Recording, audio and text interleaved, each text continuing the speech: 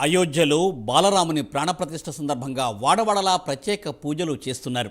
శ్రీకాళహస్తి రామాలయంలో భక్తులు పోటెత్తారు. నిత్య పూజలు, ప్రత్యేక పూజలతో రాముల వారిని కొలిచారు. మాడవీధుల్లో రామచంద్ర ప్రభు ఊరేగింపు వైభవంగా కొనసాగింది. ఎమ్మెల్యే బియ్యపు మధుసూదన్ రెడ్డి కోలాటం ఆడారు. రాముడి రథసారథిగా మారి ఎమ్మెల్యే రిక్షా తొక్కారు. భక్తులు జై శ్రీరామ్ అంటూ భక్తి పారవస్యంతో శోభాయాత్రలో పాల్గొన్నారు.